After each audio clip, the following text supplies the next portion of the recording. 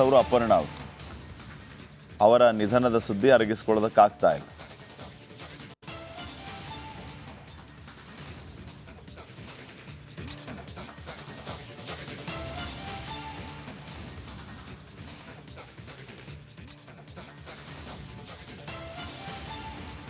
ನೋಡಿ, big boss ಆಗಿರ್ಬೋದು, ಸಿನಿಮಾಗಳು, ಕಿರುತೆರೆಗಳಲ್ಲಿ ಅಪರ್ಣಾ ಅವರು ಮೋಡಿ ಮಾಡಿದ್ರು. ಒನ್ ಆ್ಯಂಡ್ ಓನ್ಲಿ ವರಲಕ್ಷ್ಮಿ ಅಂತಾನೆ ಇವರು ಫೇಮಸ್. ಇವರ ನಿರೂಪಣೆಯ ಜೊತೆಗೆ ಒನ್ ಆ್ಯಂಡ್ ಓನ್ಲಿ ಆ ರಿಯಾಲಿಟಿ ಶೋಗಳಲ್ಲಿ ಈ ರೀತಿ ಅವರು ಗುರುತಿಸ್ಕೊಂಡಿದ್ರು. ಹೊಸತನಕ್ಕೆ ಮತ್ತು ಈಗಿನ ಟ್ರೆಂಡ್ಗೆ, ಜನ್ರೇಷನ್ಗೆ ಯಾವ ರೀತಿ ಹೊಂದಾಣಿಕೆ ಮಾಡ್ಕೋಬೇಕು, ಯಾವ ರೀತಿ ಒಗ್ಗಿಕೋಬೇಕು ಅನ್ನೋದಕ್ಕೂ ಕೂಡ ಅಪರ್ಣಾ ಅವರು ಯಾವ ರೀತಿ ಸಾಕ್ಷಿಯಾಗಿದ್ದರು ಅಂತಂದರೆ, ರಿಯಾಲಿಟಿ ಶೋಗಳಲ್ಲಿ ತಮ್ಮನ್ನು ತಾವು ಈ ರೀತಿ ತೊಡಗಿಸ್ಕೊಂಡಿದ್ರು.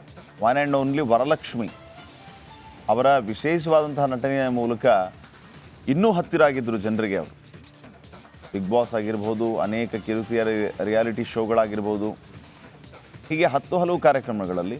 ಈಗಷ್ಟೇ ನಾನು ಹೇಳ್ತಾ ಇದ್ದೆ, ನಮ್ಮ ಮೆಟ್ರೋದಲ್ಲಿ ಅವರ ಧ್ವನಿ ಈಗಲೂ ಕೂಡ ಕೇಳುತ್ತೆ. ಅಲ್ಲಿ ಪ್ರಯಾಣಿಕರಿಗೆ ಸಲಹೆಯನ್ನು ನೀಡುವಂಥ ಘೋಷಣೆಗಳು, ಅನೇಕ ಬಸ್ ನಿಲ್ದಾಣಗಳಲ್ಲಿಯೂ ಕೂಡ ಅವರ ಧ್ವನಿ ಕೇಳಸಿಗುತ್ತೆ ನಮಗೆ.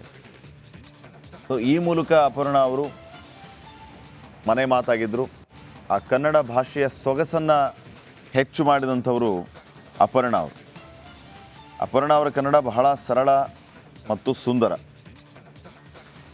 ಅಪರ್ಣಾ ಅವರ ನಿಧನಕ್ಕೆ ಅನೇಕ ಗಣ್ಯರು ಸಂತಾಪವನ್ನು ವ್ಯಕ್ತಪಡಿಸಿದ್ದಾರೆ. ಮುಖ್ಯಮಂತ್ರಿ ಸಿದ್ದರಾಮಯ್ಯ ಅವರು, ಮಾಜಿ ಮುಖ್ಯಮಂತ್ರಿ ಬಸವರಾಜ ಬೊಮ್ಮಾಯಿ ಅವರು ಸೇರಿದಂತೆ ಅನೇಕ ಗಣ್ಯರು ಸಂತಾಪ ವ್ಯಕ್ತಪಡಿಸಿರೋದು. ನಟಿ, ಖ್ಯಾತ ನಿರೂಪಕಿ ಅಪರ್ಣಾ ಅವರ ನಿಧನದ ಸುದ್ದಿ ತಿಳಿದು ನೋವಾಗಿದೆ. ಸರ್ಕಾರಿ ಸಮಾರಂಭಗಳು ಸೇರಿದಂತೆ ಕನ್ನಡದ ಪ್ರಮುಖ ವಾಹಿನಿಗಳ ಕಾರ್ಯಕ್ರಮಗಳಲ್ಲಿ ಕನ್ನಡ ಭಾಷೆಯಲ್ಲಿ ಅತ್ಯಂತ ಸೊಗಸಾಗಿ ನಿರೂಪಣೆ ಮಾಡ್ತಾ ನಾಡಿನ ಮನೆ ಮಾತಾಗಿದ್ದಂತಹ ಬಹುಮುಖ ಪ್ರತಿಭೆಯೊಂದು ಬಹುಬೇಗ ನಮ್ಮನ್ನು ಅಗಲಿರೋದು ದುಃಖದ ಸಂಗತಿ. ಮೃತ ಅಪರ್ಣಾ ಆತ್ಮಕ್ಕೆ ಶಾಂತಿ ಸಿಗಲಿ, ಅವರ ಕುಟುಂಬಸ್ಥರಿಗೆ ದುಃಖ ಭರಿಸುವ ಶಕ್ತಿ ಸಿಗಲಿ ಪ್ರಾರ್ಥಿಸ್ತೀನಿ ಅಂತ ಮುಖ್ಯಮಂತ್ರಿ ಸಿದ್ದರಾಮಯ್ಯ ಅವರು ಸಂತಾಪವನ್ನು ವ್ಯಕ್ತಪಡಿಸಿದ್ದಾರೆ. ಇನ್ನು ಕನ್ನಡದ ಖ್ಯಾತ ನಿರೂಪಕಿ ಅಪರ್ಣಾ ಅವರ ನಿಧನದ ಸುದ್ದಿ ಕೇಳಿ ಮನಸ್ಸಿಗೆ ಅತ್ಯಂತ ನೋವಾಗಿದೆ. ಸರಳ ಕನ್ನಡದಲ್ಲಿ ಸುಂದರವಾಗಿ ಕಾರ್ಯಕ್ರಮಗಳನ್ನು ನಿರೂಪಣೆ ಮಾಡುವ ಮೂಲಕ ಎಲ್ಲರ ಮನೆ ಮಾತಾಗಿದ್ದರು. ಅವರ ಅಗಲಿಕೆಯಿಂದ ಕನ್ನಡ ನಾಡು ಒಬ್ಬ ಸಜ್ಜನಿಕೆಯ ನಿರೂಪಕಿಯನ್ನು ಕಳೆದುಕೊಂಡಂತಾಗಿದೆ. ದೇವರವರ ಆತ್ಮಕ್ಕೆ ಶಾಂತಿ ನೀಡಲಿ, ಅವರ ಅಗಲಿಕೆಯ ದುಃಖವನ್ನು ಭರಿಸುವ ಶಕ್ತಿಯನ್ನು ಅವರ ಅಭಿಮಾನಿಗಳು ಹಾಗೂ ಕುಟುಂಬ ವರ್ಗಕ್ಕೆ ದಯಪಾಲಿಸಲಿ ಅಂತ ಪ್ರಾರ್ಥಿಸುತ್ತೇನೆ ಅಂತ ಮಾಜಿ ಮುಖ್ಯಮಂತ್ರಿ ಬಸವರಾಜ ಬೊಮ್ಮಾಯಿ ಅವರು ಕೂಡ ಸಂತಾಪ ತಿಳಿಸಿದ್ದಾರೆ. ಕೇಂದ್ರ ಸಚಿವ ಪ್ರಹ್ಲಾದ್ ಜೋಶಿ, ರಾಜ್ಯದ ಸಚಿವರಾದ ದಿನೇಶ್ ಗುಂಡೂರಾವ್, ಶಿವಾನಂದ ಪಾಟೀಲ್ ಸೇರಿದಂತೆ ಅನೇಕ ಗಣ್ಯರು ಸಂತಾಪ ಸೂಚಿಸಿದ್ದಾರೆ.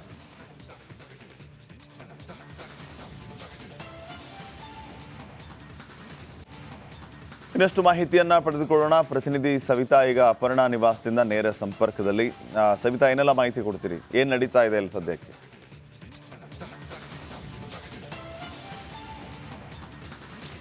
ಶ್ರೀಪಾದ್, ಪ್ರಮುಖವಾಗಿ ಅಪರ್ಣಾ ನಿರೂಪಣೆ ಸಾಕಷ್ಟು ಹೆಸರುವಾಸಿಯಾಗಿತ್ತು. ಕನ್ನಡ ಅಂದರೆ ಅಪರ್ಣಾ ಅಂತ ಅಂದರೆ ಕನ್ನಡ. ಸದ್ಯ ಅಂತಿಮ ದರ್ಶನಕ್ಕೆ ಸಿದ್ಧತೆಯನ್ನು ಮನೆಯ ಮುಂಭಾಗದಲ್ಲಿ ಮಾಡಿಕೊಳ್ಳಲಾಗಿದೆ. ದೃಶ್ಯದಲ್ಲಿ ತೋರಿಸ್ತಾ ಹೋಗ್ತೀನಿ. ಪ್ರಮುಖವಾಗಿ ಅವರು ಮಾಡಿರುವಂತಹ ನಿರೂಪಣೆ ಅಂದರೆ ಸಾಕಷ್ಟು ಹೆಸರು ಮಾಡಿತ್ತು. ಕ್ಯಾನ್ಸರ್ ರೋಗದಿಂದ ಕಳೆದ 2 ವರ್ಷಗಳಿಂದ ಬಳಲ್ತಾ ಇದ್ದರು. ಇದಕ್ಕೆ ಟ್ರೀಟ್ಮೆಂಟ್ ಕೂಡ ನಡೀತಾ ಇತ್ತು. 4ನೇ ಸ್ಟೇಜಲ್ಲಿ ಕ್ಯಾನ್ಸರ್ ಕೂಡ ಇತ್ತು. ಡಾಕ್ಟರ್ ಒಂದು ಟೈಮ್ ಕೊಟ್ಟಿದ್ದರು, ಅಂದರೆ ಅಮ್ಮಮ್ಮ ಅಂದರೆ ಒಂದು 6 ತಿಂಗಳು ಬದುಕಿದರೆ ಜಾಸ್ತಿ ಅಂತ. ಸೊ ಅವರು 1.5 ವರ್ಷಗಳ ಕಾಲ ಅದನ್ನು ಮೆಟ್ಟಿ ನಿಂತಿದ್ದರು. ಸೊ ನಿನ್ನೆ ಅವರ ಪತಿಯನ್ನು ಮಾತಾಡಿಸಿದಾಗ ಕೂಡ ಅವರು ಹೇಳಿದರು, ಅಂದರೆ ಅಪರ್ಣೆ ನಾನು ತುಂಬ ಖಾಸಗಿಯಾಗಿ ಬದುಕಿದ್ವಿ, ಸೊ ಅಷ್ಟೇ ಖಾಸಗಿಯಾಗಿ ಅವರ ಬೀಳ್ಕೊಡುಗೆಯನ್ನು ಮಾಡಿಕೊಡ್ತೀವಿ ಅಂತ. ಸೊ ಅದಕ್ಕಿಂತ ಮುಂಚೆ ಸೊ ಅವರ ಕುಟುಂಬದವರೆಲ್ಲ ಬರ್ತಾ ಇದ್ದಾರೆ, ಅಂದರೆ ಅಂತಿಮ ದರ್ಶನವನ್ನು ಪಡೀಲಿಕ್ಕೆ ಆಪ್ತ ಕುಟುಂಬ ವರ್ಗದವರೆಲ್ಲರೂ ಬರ್ತಾ ಇದ್ದಾರೆ. ಪ್ರಮುಖವಾಗಿ 11:30ಕ್ಕೆ ಸಾರ್ವಜನಿಕರಿಗೆ ದರ್ಶನಕ್ಕೆ ಅವಕಾಶವನ್ನು ಮಾಡಿಕೊಡಲಾಗುತ್ತೆ.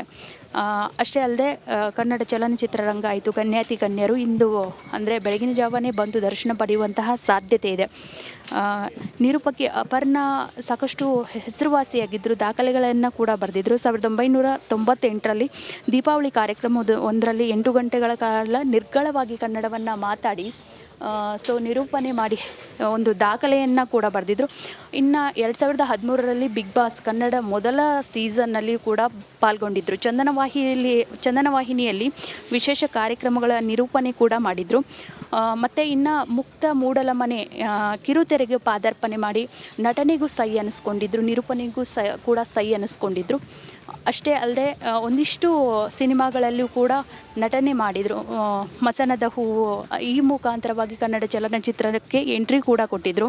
2015ರಲ್ಲಿ ಸೃಜನ್ ಲೋಕೇಶ್ ಅವರ ಮಜಾ ಟಾಕೀಸ್ ಇಲ್ಲಿಯೂ ಕೂಡ ಕಾಮಿಡಿಯಲ್ಲಿಯೂ ಕೂಡ ತಮ್ಮನ್ನು ತಾವು ತೊಡಗಿಸಿಕೊಂಡಿದ್ದರು. ಅಲ್ಲಿಯೂ ಆ ಕಾರ್ಯಕ್ರಮದಲ್ಲಿಯೂ ಕೂಡ ಭಾಗಿಯಾಗಿದ್ದರು. ಒಟ್ಟಾರೆ 2014ರಲ್ಲಿ ನಮ್ಮ ಮೆಟ್ರೋಗೂ ಕೂಡ ಧ್ವನಿಯನ್ನು ನೀಡಿದರು. ಅಂದರೆ ಪ್ರಯಾಣಿಕರನ್ನು ಎಚ್ಚರಿಸುವಂತಹ ಒಂದು ಧ್ವನಿ. ಅಂದರೆ ಮೆಟ್ರೋ ಈಗ ಮುಂದಿನ ನಿಲ್ದಾಣ ಯಾವುದು, ಬಾಗಿಲನ್ನು ತೆಗೆಯುವಂಥದ್ದು ಯಾವ ಭಾಗದಲ್ಲಿ, ಪ್ರಯಾಣಿಕರು ಅಲರ್ಟ್ ಆಗಿರುವಂತೆ. ಒಟ್ಟಾರೆ ಈಗ 11:30 ನಂತರ ಸಾರ್ವಜನಿಕರಿಗೆ ಅವಕಾಶವನ್ನು ಕೂಡ ಮಾಡಲಾಗುತ್ತೆ. ಅದಕ್ಕಿಂತ ಮುಂಚೆ ಕುಟುಂಬ ವರ್ಗ ಗಣ್ಯರು ಇಲ್ಲಿ ಅಂತಿಮ ದರ್ಶನವನ್ನು ಪಡೀತಾರೆ. ಅದಾದ ಬಳಿಕ ಬನಶಂಕರಿಯ ಚಿತಾಗಾರದಲ್ಲಿ, ಒಂದು ವಿದ್ಯುತ್ ಚಿತಾಗಾರದಲ್ಲಿ ಅಂತಿಮ ಒಂದು ವಿಧಿವಿಧಾನದ ಮುಖಾಂತರ ಅಂತಿಮ ಕಾರ್ಯಗಳು ನಡೀತವೆ.